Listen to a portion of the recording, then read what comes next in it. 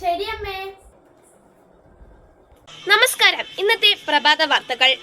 കേരളത്തെ ആകെ നടുക്കിയ അരുംകൊല. തിരുവനന്തപുരം വെഞ്ഞാറമൂടാണ് സംഭവം നടന്നത്.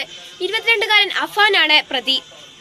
ലഹരിക്ക് അടിമയായ പ്രതി കടബാധ്യതയെ തുടർന്നാണ് ഈ അരുംകൊല ചെയ്തതെന്നാണ് ഞങ്ങൾക്ക് ഇപ്പോൾ കിട്ടിയ റിപ്പോർട്ട്. അയ്യോ മോളെ, നീ സൂക്ഷിക്കണം. പരിചയമില്ലാത്തവർ മിഠായി തന്നാൽ വാങ്ങരുത്.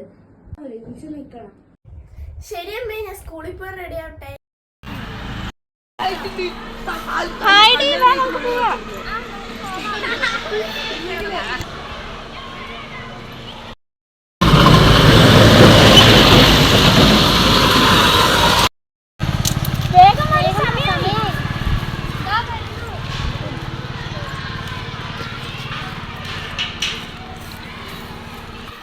നിങ്ങൾ ഇന്നത്തെ വാർത്ത കണ്ടോ?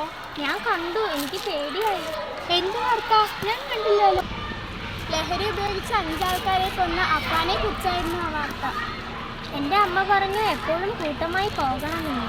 അതെ, പരിചയമില്ലാത്തവർ മുട്ടായി എന്തെങ്കിലും തന്നല്ലാതെ നമ്മൾ വാങ്ങിക്കരുത്. അതെ അതെ. എന്താ മക്കളെ ഇവിടെ ഒരു ചർച്ച? അത് ടീച്ചർ, ഇന്ന് രാവിലെ കണ്ട വാർത്തയെക്കുറിച്ചാണ് സംസാരിച്ചത്. ലഹരി ഉപയോഗിച്ച് 5 പേരെ കൊന്ന ആ വാർത്തയാണോ? അതെ ടീച്ചർ, ഞങ്ങൾക്ക് പേടിയുണ്ട്. നിങ്ങൾ പേടിക്കേണ്ട മക്കളെ, നിങ്ങൾ കരുതലോടെ ഇരുന്നാൽ മതി. അപരിചിതർ തരുന്നതൊന്നും വാങ്ങി കഴിക്കരുത് കേട്ടോ. നിങ്ങളുടെ പരിസരത്തോ മറ്റും ആരെങ്കിലും ലഹരി ഉപയോഗിക്കുന്നുണ്ടെങ്കിൽ ചൈൽഡ് ലൈനിലോ കേരള സർക്കാരുടെ ലഹരി വിമുക്ത പരിപാടിയായ യോദ്ധാവിലേക്കോ വിളിച്ചു പറഞ്ഞാൽ മതി. ഇന്നത്തെ കുട്ടികളല്ലേ നാളത്തെ തലമുറയെ നയിക്കേണ്ടത്. ഇന്ന് പുസ്തകവും പേനയും ഏന്തുന്ന കരങ്ങളാണ് നാളത്തെ ഭരണചക്രം തിരിക്കേണ്ടത്. ഇവർക്കായി നമുക്ക് കൈകോർക്കാം. നമ്മുടെ സമൂഹത്തിൽ നിന്നും ലഹരിയെ പൂർണ്ണമായി തുടച്ചു നീക്കാം.